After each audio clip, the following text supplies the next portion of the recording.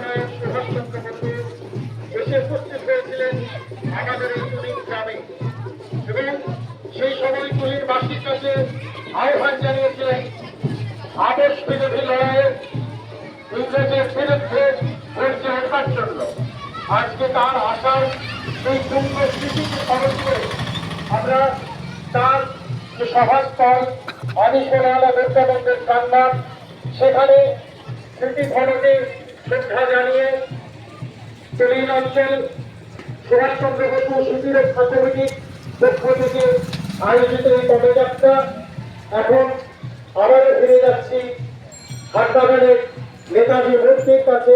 এবং বিভিন্ন শিক্ষা প্রতিষ্ঠান যারা তাদের শিক্ষার্থীদের নিয়ে